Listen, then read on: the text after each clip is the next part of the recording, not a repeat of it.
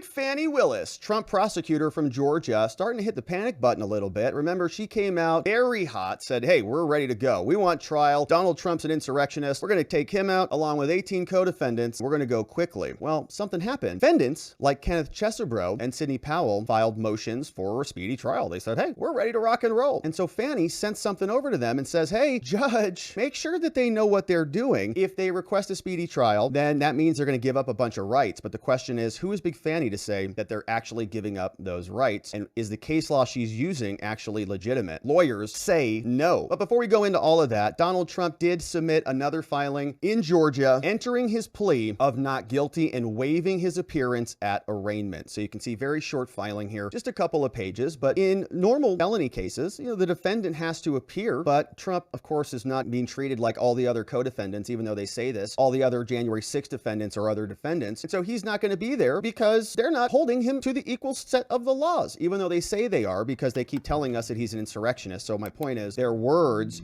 don't match the reality, right? They're saying that Trump is this monster, but then he's allowed to waive his appearance at an arraignment. Interesting. So Fulton County, Georgia versus Donald Trump. This is Trump's entry of a plea of not guilty. He says, I, President Donald Trump, hereby acknowledge that I am the defendant named above. I have received a copy of the indictment in this case. I understand I have the right to appear personally at my arraignment and that I have the right to have my indictment read to me in open court. I have discussed the charges in the indictment and this waiver of appearance with my attorney, Stephen H. Sado, and I fully understand the nature of the offenses of the charges and my right to appear at my arraignment. Understanding my rights, I do hereby freely and voluntarily waive my right to be present at my arraignment on the indictment and my right to have it read to me in open court. As evidenced by my signature below, I do hereby waive formal arraignment and enter my plea of not guilty to the indictment in this case. Well, a lot of people on the left were screeching about this all over Twitter. They're like, wait a minute, he's not going to have to show up there. We wanted to see him in court again and blah, blah, blah. They're also hyperventilating on Twitter, on the X about this. Sorry, Elon, don't ban me. About him using this word called president. They're saying, shouldn't he say former president? Isn't this falsifying a legal document? How dare he be able to say I president when he's not president? Maybe Fani should charge him with another crime or something, blah, blah, blah. All right, so this is all standard stuff. Now, this is what you would see happen at an arraignment. Very, very basic. Usually we've covered, 3 of them now with Donald Trump, and those have all been very quick in and out. Now, what's curious about this is my point. I know I'm sort of being facetious about the whole thing, but other people who are charged with felonies, generally speaking, got to go to court. And Trump, according to Big Fani, led a conspiracy to overtake the entire country. But their prosecutors are allowing him to negotiate a deal to waive his presence. Would they do that for every other defendant? I don't know. I mean, I certainly don't practice law in Georgia, but that seems a little curious to me. Most people charged with major felonies, they got to go to court. So what's happening here? I'm very curious. So it is a little bit of what feels like a joke and a scam. And of course, we're going to see Big Fani hit the panic button. One way, though, we can avoid scams is with our friends over at Aura. My friends, this is my cell phone and the list of all the blocked numbers from spam and robocalls, even text messages with obviously fake password requests and phishing links. I was getting 10 to 20 robocalls or spam messages on my cell phone every day. Sure, you can relate. The robocallers are everywhere, and some can be pretty convincing too, almost even look legitimate. But how are they pulling this off? Well, I learned that there are data brokers out there that assemble your name, your address, your phone number, anything they can find out about you from all the times we click yes or I agree, install this, install that. They just take it, aggregate it, package it up, sell it, put it on the internet, make a nice profit. That's why Aura, the sponsor of this video, is so important. Aura provides you with a service that protects all your information with the power of multiple apps and services. And they even help manage the process of removing your data from those exact data brokers we talked about for you. It's also a vault for your passwords. It's a credit monitoring service, antivirus protection. It has identity theft insurance and so much more. Let Aura do the hard work of keeping you safe online so you can focus on other business that you need to attend to with peace of mind. Go to aura.com/Robert Govea to start your free 2-week trial. The link is down in the description below. You can start protecting your online life today going to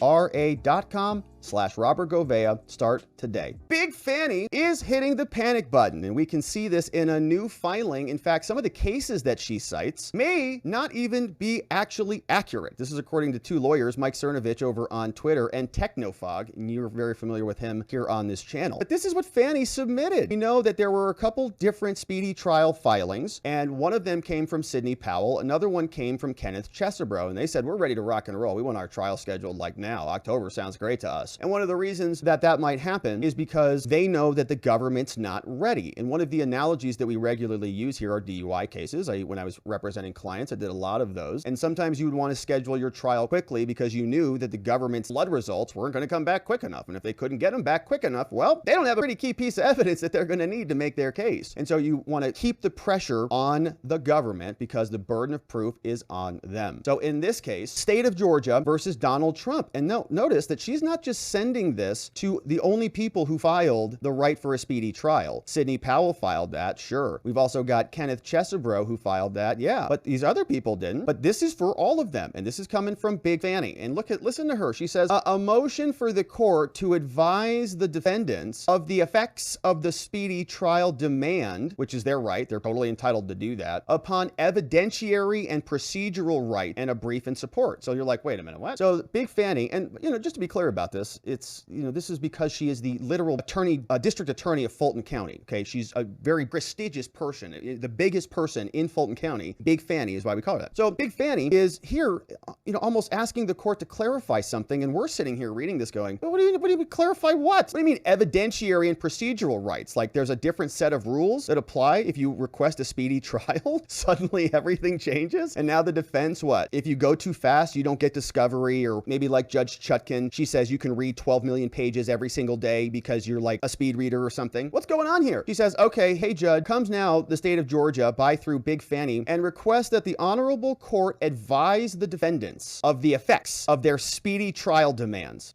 Like, hey judge, just let them know that this is going to change the game. And it's almost like, why are you asking them to advise them? Do you want them to retract those, or do you plan to present a different case? Strange. Upon evidentiary and procedural rights, and provides the following in support. She says, okay. Big Fani says, on August 14th, a Fulton County grand jury indicted 19 co-defendants, 41 charges, Georgia, RICO, blah, blah, blah. The statutory speedy trial demands filed thus far in this case, and any which may be filed hereforth, will affect various issues related to discovery and procedure. Okay, so she's saying, okay, so they're going to exercise this right, so we're going to change a bunch of stuff. And we're going, all right, well, what are you going to be changing here? Let's see. Accordingly, the state presents the following argument and citation of authority in order to assist the court in resolving any dispute which may arise with regard to those matters. Okay, so it's like, why are you objecting right now? What are you objecting? Nothing's even come up yet. Nobody's even complaining about anything yet. They just asked for a speedy trial. And now Georgia's like, Fanny's like, oh crap, they're asking for a speedy trial? Well, what about this? What about this? What about that? Do we have this? Do we have this in order? Do we have everything in order? But we better file something so the judge knows that they can't go down this line of argument. And they're filing this, preemptively, in other words. The procedure posture of this case has been dictated by the defendant's speedy trial demands. So it's like, okay, which they're allowed to do. She says, as will be delineated under Georgia law, the defendants, in this case, let's say Sidney Powell, Kenneth Chesebro, their decision to file a speedy trial demand limits certain of their options in this case, all right? So now they're limited. So by exercising a right that is afforded to them under the Constitution, they are abrogating their other rights. They no longer have these other rights because they're exercising speedy demands. They say the defendants cannot now argue that they are entitled to the state's discovery responses 10 days in advance of trial. So the defense will typically say, hey, we've got to get material from you at least 10 days before trial so that we can review them and be prepared for trial, because you don't want to like drop off your stuff the day before trial. Hey, guess what? The DOJ is allowed to do. Hey, here's 5 Washington monuments full of paper. Here you go. 3 days before trial. So the rule says, okay, 10 days is the appropriate rule, but they say, no, the defense cannot argue that the 10-day rules apply, that they're supposed to get it within 10 days. And now I want to just pause on this because you're going to see a bunch of these cases are cited. Smith versus State, Ruff versus State, Brown versus State, Clark versus State, and Linkus versus State. And other people have been digging into this. Cernovich, Techno Fog, great individuals on Twitter to follow if you're not already doing that. But they've looked into this and they're saying these cases don't actually match what they're alleging they match or what they say. They say defendants, this is Fani, cannot now argue that they are entitled to notice of the state's similar transaction evidence 10 days in advance. So basically the 10-day limitation no longer applies to discovery responses, to transaction evidence. They're limited to transaction evidence. They say, guess what? The defense are now precluded from calling witnesses whose statements were not provided to the state at least 10 days in advance of trial. So in other words, the government can disclose stuff, it sounds like, within the 10 days. So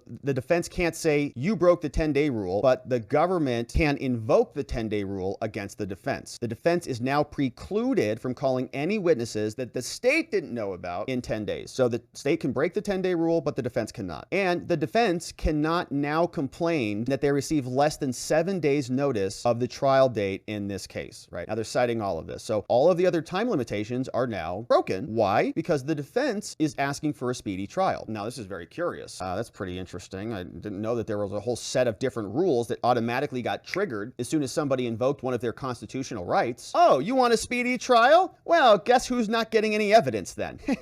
How about that? You know what? That's not how this is supposed to work. Bizarro land. So of course we are going to see what the defense has to say about this, and they're going to do their due diligence, and you're going to imagine that lawyers for 19 different defendants are going to be going through this in detail with a fine-tooth comb and really digging into each one of these cases. But fortunately, we have some other very intelligent people who have done that heavy lifting for us. Techno Fog is one of them, and he's on Twitter, and he says, I'm going to ask everyone to read those cases, all right, those cases that Big Fani cited for us. None of them hold what DA Fani says that they do. It says false representation to the court makes DA Willis guilty of the same conduct that she accuses the defendants of committing. It's a violation of Georgia code to issue a false statement to the court, saying that those cases literally don't match. And we had another segment here about lawyers who are using ChatGPT, and it just created citations out of thin air for them. We're asking ourselves, is that what happened here? Is it Fani GPT over there? They're just making up cases that sound good. So we know that this is going to be challenged. Techno says, DA Willis says they can't argue that they are entitled to notice of similar transaction evidence 10 days before trial. Like they don't get the notice at least 10 days. Techno says, but the law requires 10 days. And the case that Fani cites does not prohibit any arguments in case the 10-day rule is violated. Okay, so she's saying the defense can't make this argument. They can't say it, but the case that she's citing doesn't actually say that. The defense cannot now argue they're entitled to 10 days notice. Here her case says, or here's the rule about timeliness, Rule 31.1. The rule literally says, notice shall be given and filed at least 10 days before trial unless the time is shortened or lengthened by a judge. That's the rule. And then they're citing this, saying that although Rule 31.1 requires the notice be filed at least 10 days before, it authorizes the court and the exercise of the court's discretion by providing that the trial court may shorten or lengthen the time. So in other words, there were arguments about that, okay? In other words, the defense was allowed to make the argument. Fani says they can't make the arguments, but literally the case she cites is them arguing about it, and the rule saying that you can't argue about it because the court has discretion to lengthen or shorten it, right? But she's saying that the defense can't invoke the 10-day rule when clearly they can. The case that she cited says they can. So it feels like she's being a little bit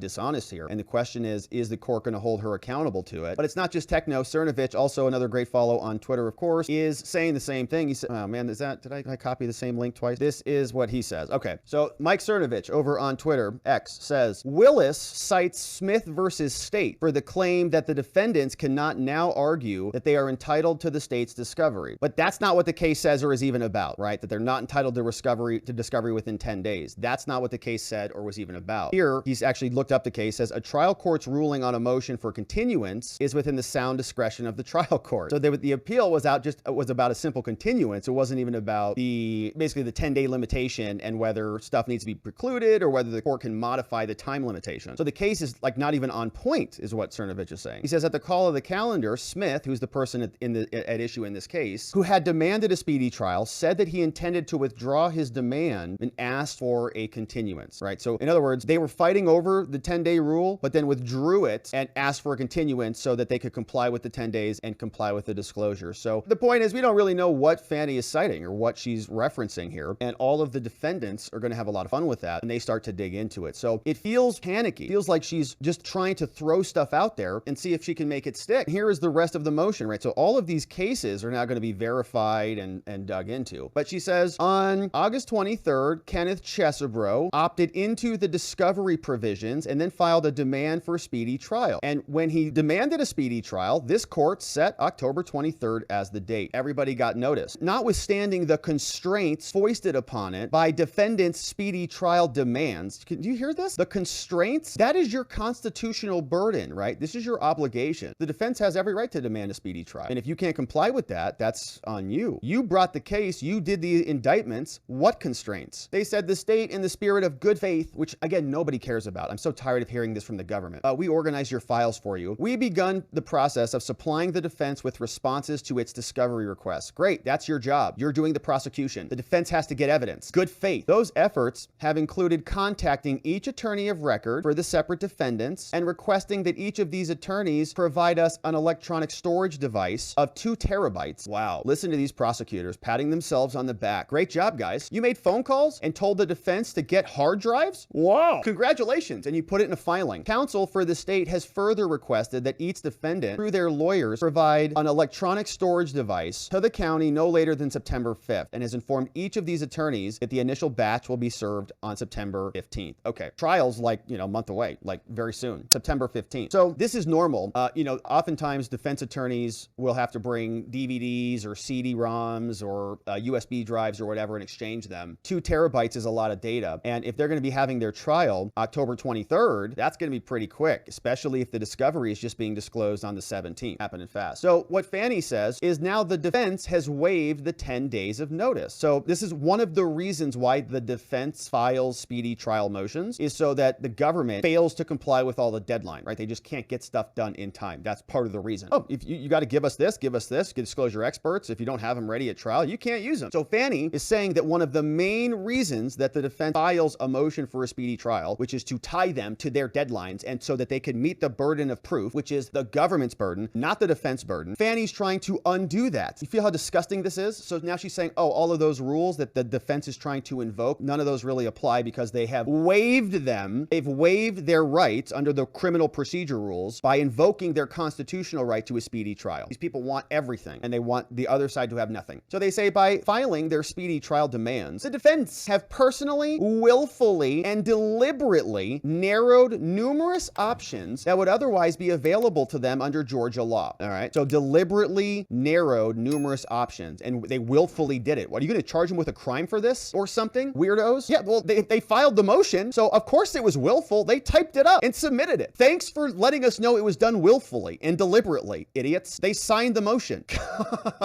And so they narrowed the options that would otherwise be available to them. So that means that those options that were available to you, right? You've got to comply with the laws now. That's why they're doing this. Yeah, they would have had a lot more options, but they don't want those options because they don't want you to have the options either. You're now filing to get those options back because they just took them away from you. So they want now those options, basically their rights, to be waived. In connection with any rights under Georgia law, the defense effectively waived any claim to access the state's file information 10 days in advance of the trial. And they cite these garbage cases, which we'll see what the defense does with those. The remedy for the state's failure to comply with the discovery requirements is exclusion of the evidence not disclosed, okay? So this, again, is why you file for speedy trials. If the state doesn't disclose things, they don't get to use them. That's the point. That's why we go fast, so that we can have the trial before the blood results are back. So she says if the state, she's letting the court know, if we don't get them the discovery in time, if we can show that there's bad faith or prejudice, exclusion is the remedy. The evidence goes away, okay? You cannot use it. This is the tactic. So excluding evidence, Big Fani's now crying. Excluding evidence is a particularly harsh sanction that should be imposed only where there is a showing of both prejudice to the defense and bad faith by the state. So do you see what she's saying? This is reading to me like she's like, we're not going to have some evidence ready. We're going to be skidding in here. And what this means, Judge, is if we can't comply with the rules and the remedy is an exclusion of evidence, well, we know it's going to prejudice the defense, but we're not going to be doing it in bad faith. So please don't preclude the evidence. Please don't keep it away from us because we're not going to be doing it in bad faith. We may violate the rule. It may prejudice the defense, but we did it honestly, you know? So Fani says criminal defendants are obligated to request a continuance to cure any prejudice from the state's failure to comply with the state's discovery statute. I have a hard time believing that, all right? Criminal defendants are obligated to file a certain type of motion. I don't practice law in Georgia. I don't know what major versus state in Georgia appeals court says. I got a real hard time believing that the defense is obligated to request a continuance to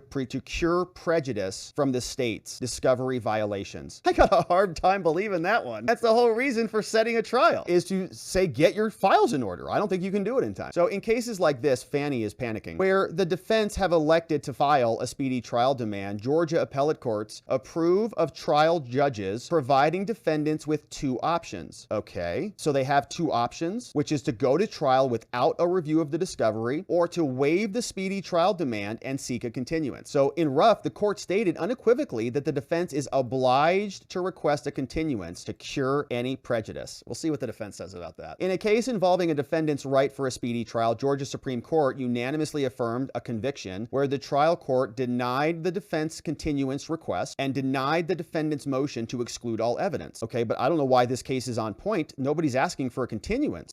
Sidney Powell and Kenneth Chesebro, they're not asking for a continuance, so I don't know why this case is on point. In this case, if the defendants do not seek a continuance or waive their trial demand, they cannot claim any error in going to trial without the evidence. So she's trying to get the court to set them up, in other words, right? So that they can, she's trying to establish the playing field so that the defense is going to have no choice but to file a continuance. Because what I'm expecting is that Fani really wants this to happen. She needs a continuance. So she's going to say, if you don't give us a continuance, you don't get the discovery, and then they're not going to want to go to trial without the discovery. So they're going to try to force a continuance. So she says the defense has barred itself from objecting to the introduction of witness testimony and evidence on the grounds that it lacked due notice. So Fani says the state respectfully requests this court rule in accord with the case law that it require that the defendants personally place upon this record that it is their decision and preference to proceed in this fashion prior to trial. So in other words, drag the defendants in here, make them understand that their lawyers are asking for a speedy trial, and their lawyers, if the speedy trial is granted, they're not going to have the right to get evidence. And what Fani's going to do is obviously withhold the evidence from them, maybe drop it at the last minute, and then proceed to trial in that basis. Or the defense then would not have any evidence, and then they would agree to a continuance. So Big Fani just continues, right? A lot of this is repetitive, but she says the defense has waived 10 days notice on the similar transaction evidence. So the same waiver that we just talked about applies. Says that the restrictions on the defendant's testimony and their presentation of evidence also apply. She says that they can't use witnesses whose statements were not provided to the state at least 10 days in advance of trial. She gives us some case law there. And she says, once again, in this case, the defense has not sought to date a continuance of any kind, obviously, because they want their trial. As such, by its own election, the defense has determined that it's in its own best interest to proceed to trial without the full benefit of the state's discovery responses. That's not true at all. The defense is going to trial and demanding that you still comply with the rules as they're written. She's just begging for a change of the rules right now. She says there is no defense request for a continuance in order to procure funding for an expert. So accordingly, the state requests this court rule in accord with the case law and saying the defense can't complain about any of these timetable changes. She says, by filing a statutory speedy trial demand, the defendants elected to proceed to trial without the benefit of discovery. In other words, they're going to trial without the evidence. We would have given the evidence to them because they're asking for trial. They don't get the evidence. You see what kind of insane country this is becoming? This is a prosecutor who swore an oath to do justice, so-called. Fani Willis and McDonald Wakeford, whoever this person is, Chief Senior Assistant DA. We're going to go to trial without evidence. Similarly, the decision also cost the defense the use to any evidence not timely served upon the state. So they can't use evidence that they don't give to us within the 10-day rules. Okay, so our 10-day rule still is invoked. We don't even have to give them anything. This also prevents the defense from arguing that they got insufficient notice. And should the defendants in this case desire to proceed to trial, they should have to be dragged into court to confirm personally on the record prior to trial. So they can't complain about it after the fact. So, Your Honor, Fani Willis and her psychopath prosecutors here, who I don't believe have any comportment with justice at all, they say the state requests this honorable court advise the defense of their speedy trial demands, enter a ruling, in this case consistent with this, and basically let us just steamroll the defense. Signed by these people, John W. Will Wooten and, of course, F. McDonald Wakeford. Two people who lie to themselves every morning that they're doing justice in this country. They're absolutely not. They want a trial to go forward without evidence. And, you know, they say they stand up and believe for the Constitution, blah, blah, blah. But then when somebody invokes speedy trial, they say, oh, well, if you invoke speedy trial, that's going to be very harmful to our case. So how about we waive all of the reasons that you would justify a speedy trial request? It's disgusting behavior, but it's out of Big Fani's court, and it's what her office is doing now. And there now is a pattern. She also kept Harrison Floyd, a black man, and the leader of Black Voices for Trump, in custody without bond. He has just been released, and he came out to appear on with Steve Bannon. And Bannon asks him, are you singled out? I mean, this is a tough question, but would you think you were singled out because you're an African-American male and they were trying to set an example with you? Is that why you stayed in jail for so many days when everybody else could walk in and do their bond? And I mean, first off, it should have just been recognizant. You should have just let all these folks go, but do you think that you were personally singled out by Fani Willis and others to set an example? Oh, absolutely. She wanted to send a message to black folks. You know, there's a huge trend amongst African-American men leaning towards President Trump and looking more into conservatism. And, you know, they definitely don't want that. When I went in, the DA's office pulled me aside. They said they wanted to talk about bond. I thought that's when it was going to happen. I said, sure, I'd be happy to talk about it. But I wanted a lawyer present. Then they shut everything down. They put me in front of a judge who said I was a flight risk, which I don't know how that is because President Trump literally flew away. I'm no different than anybody else. President Trump has more, you know, felonies and more jurisdictions. It just didn't make any sense. And also, she increased my bond. Originally, it was supposed to be $50,000. She increased it to $100,000. So I definitely think she was trying to make an example. Talk to me about this trend. Is this just we're hearing anecdotally, or do you feel there's something really happening here, like a tectonic plate shift with African American men? There is a seismic shift. This is going to be the election that's really going to decide the future of our country. If these GOP candidates could be able to speak to African American men the way President Trump could, I mean, it could do. We wouldn't see, I think,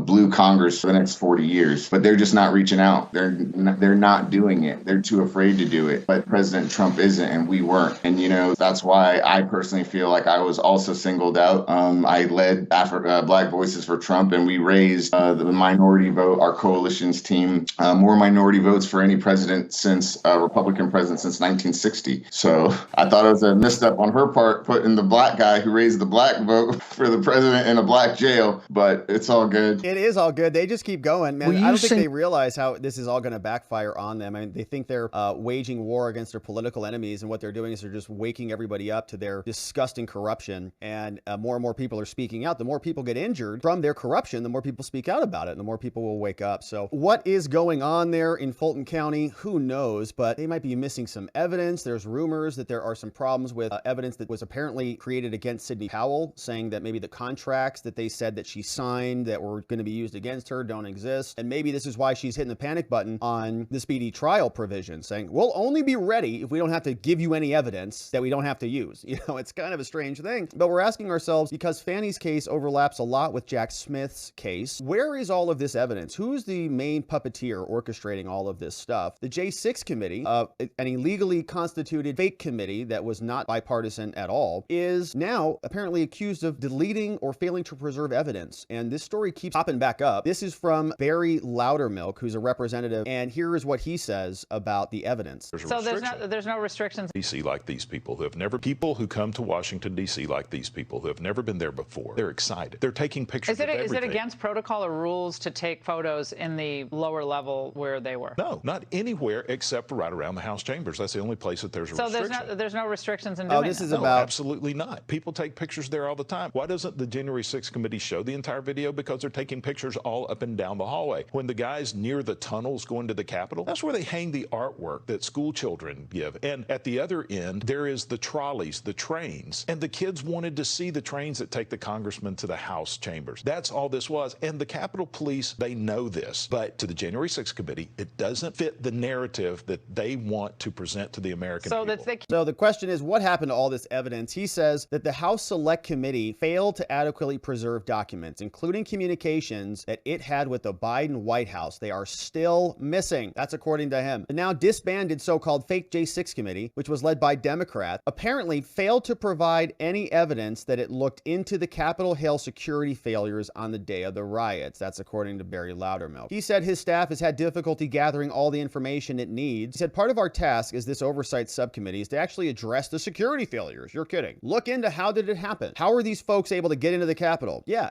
Stephen Sun would like to know a lot of those same questions. Nothing was indexed. There was no table of contents indexed. Usually when you conduct this level of investigation, you use a database system. Everything's digitized and indexed. We got nothing like that. We just got raw data. So it took us a long time to go through it. And one thing I started realizing is we don't have anything much at all from the blue team. They never gave it over. We got lots of depositions. We got lots of subpoenas. We've got video and other documents, but we're not seeing anything from the Dems as far as the reports on the investigation they did looking into the actual breach itself. We also realized we don't have videos of all the depositions. He said he's been contacted by a defense attorney that needed access to key information, and the committee realized it did not have the video. Fox News got correspondence between Loudermilk and Thompson's office. Congress. The two disagreed about what they preserved and what the rules say. Loudermilk says Thompson's committee was required by law to preserve the data. Thompson said, no, not true. Those are factual errors, and that they turned over, quote, 4 terabytes of data, which is like, that's it? 4 terabytes? I thought this was the most sprawling investigation of all time in America. So they just keep deleting evidence, covering this stuff up, and making up these charges. Congress hopefully will continue to investigate it, but as more people continue to be abused by the system, more people will be speaking out. We know that Fani is starting to panic a little bit, hit the panic button, and when the defense responds to this and calls out this case law and this bizarre interpretation of what she thinks her rights are, we'll be here to cover, my friends. Thank you for subscribing and liking this video wherever it is you're watching it as we continue to cover.